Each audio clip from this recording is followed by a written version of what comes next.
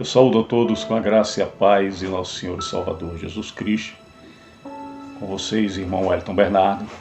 Hoje nós vamos refletir um pouco sobre o que significa Satanás ser o inimigo de Deus, o inimigo número 1 de Deus. Logo após a vinheta, Filosofando a Fé.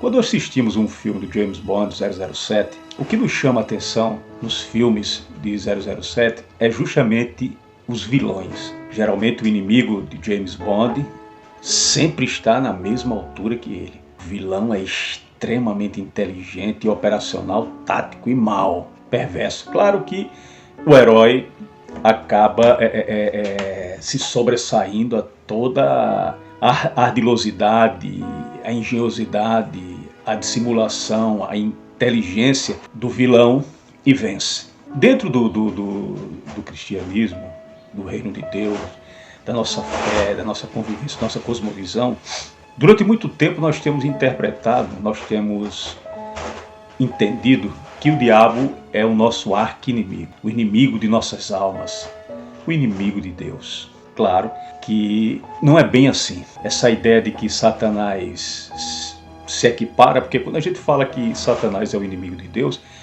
nós estamos equiparando Satanás a Deus. E aqui não é o caso. Satanás está mais para um opositor do que um inimigo número 1. Aquele que se equipara em poder, aquele que se equipara em onisciência, onipotência, onipresença. Não é aquele que se equipara dentro até da sua soberania. Ele também é soberano dentro do seu reino. Claro que existe uma expressão bíblica, o apóstolo Paulo ele fala que o Deus desse século, o príncipe deste mundo. O mundo, como disse João, o apóstolo João, jaz no maligno. Então isso dá uma ideia de que Satanás, de fato, é igualzinho a Deus. Porque é o Deus desse século. É o Deus desse século, como disse Paulo. Mas se nós lermos o texto, todo o seu contexto, não é bem assim.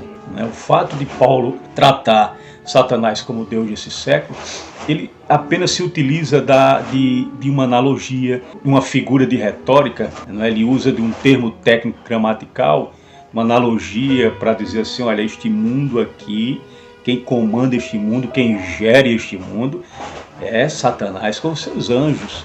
Ele deita e rola, o mundo jaz no maligno, como disse João, corroborando com o pensamento de Paulo. A respeito disso, o próprio Jesus fala sobre o príncipe deste mundo.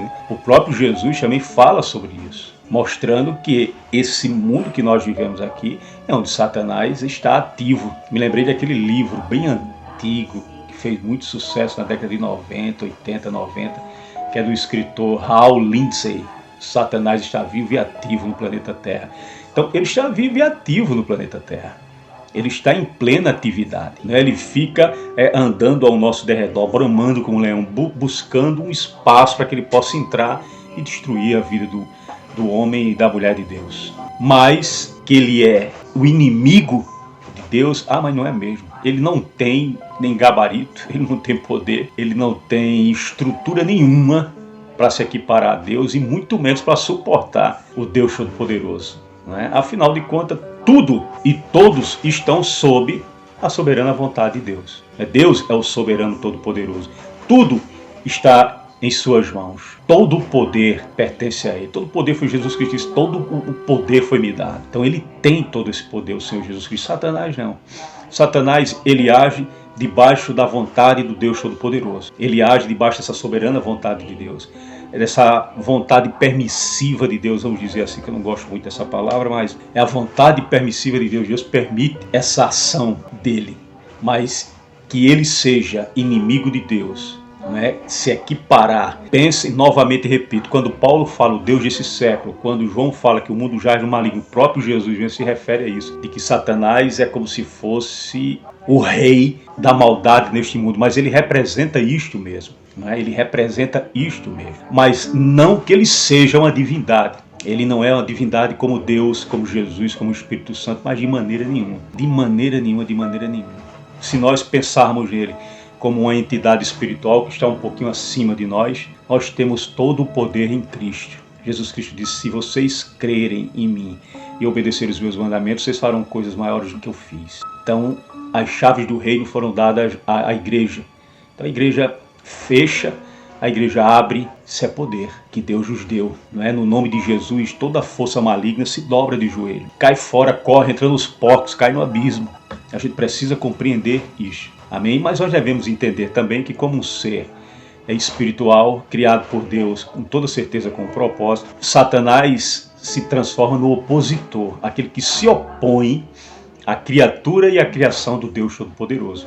Nada mais do que isso. Claro que ele é ardiloso, claro que ele vai desencaminhar o servo do Senhor, claro que ele vai te desviar da rota, claro que ele vai tentar destruir a sua vida de todas as maneiras. Não é? Eu sempre costumo dizer que Satanás, ele não descansa, ele não dorme, ele está sempre em atividade, a mente maligna dele está sempre trabalhando e planejando. A gente é que se acomoda um pouco, a gente é que cai nas armadilhas que ele arma no nosso caminho, porque somos seres humanos, fracos, falhos, não é? Pecadores, que estamos num processo de melhorias, né? Nós estamos melhorando a cada dia, sempre melhorando. A nossa busca incessante por santificação, essa busca incessante todos os dias o pecado vem à tona.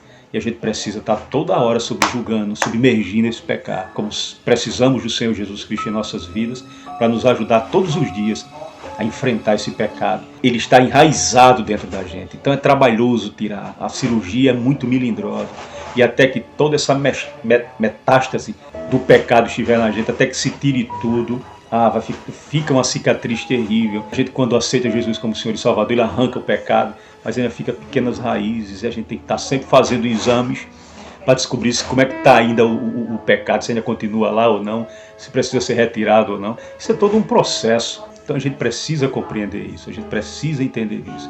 Então, sendo nós ainda pecadores, nesse processo de melhoramento, então a gente precisa ter muito cuidado. Às vezes, velhos pecados, né, a metástase, de repente outro tumor sai do pecado. Essa analogia que eu estou falando a respeito de vocês, usando o câncer, né? Que o pecado para mim é como um câncer. Instala dentro de você, ele vai te dominando, a metástase, e vai acabando com sua vida. Ele vai chegar num patamar destrutivo tão grande que não vai haver mais solução. É o que acontece. E você aceita Jesus como Senhor e Salvador, ele tira esse tumor. Mas a gente precisa estar sempre fazendo vários exames, verificando se está tudo em ordem. É mais ou menos assim que funciona. Então Jesus não fez a limpeza por completo. Meu irmão e minha irmã, a gente até eu vou fazer um vídeo sobre o livre-arbítrio, como compreender como é que funciona isso. Na verdade, a gente precisa compreender isso, né? Nós somos como seres humanos que estamos nesse processo, nós precisamos entender, precisamos compreender que todos os dias nós precisamos fazer esse processo de santificação, esse processo de cura. Todos os dias nós temos que nos curar. Todos os dias nós temos que debruçar os nossos joelhos diante de Deus e pedir a misericórdia dele, né? Porque nós somos humanos cheios de idiosincrasias, seres insaciáveis, que nada é suficiente para nós, seres humanos. Nós precisamos de tudo a todo momento. A gente nunca se sacia por completo. Por isso que a gente precisa da graça e da misericórdia do Senhor. A gente vai fazer um vídeo também falando sobre soteriologia, sobre salvação, sobre tudo isso. A princípio, o que eu quis dar uma pequena reflexão sobre a ideia de Satanás, o diabo, o opositor do povo de Deus, ser o inimigo de Deus, né? A gente indiretamente, de maneira até ingênua, inocente, a gente coloca sempre Satanás no nível de Deus, o inimigo de Deus. Vocês já viram aquela mensagem que sai muito nos WhatsApps da vida, que tem uma figura de Jesus, um braço de ferro com Satanás, né? Que Satanás não tem condições nenhuma. Aquilo ali é uma ideia satânica. Aquilo ali é uma mensagem subliminar com um propósito. Não existe. É o Shema. Ouve, ó Israel, o Senhor nosso Deus é único. Não existe outros deuses que se equiparam, né, que enfrentem. Quando a gente diz inimigo de Deus, é justamente isso. Essas frases de retórica, né? Esses chavões usados dentro do meio evangélico, que é um absurdo. É uma pequena reflexão sobre um assunto. Pode não parecer contundente, pode não ter nenhum nível de influência na nossa vida espiritual, mas tem sim. Amém? Que Deus abençoe a todos, em nome de Jesus.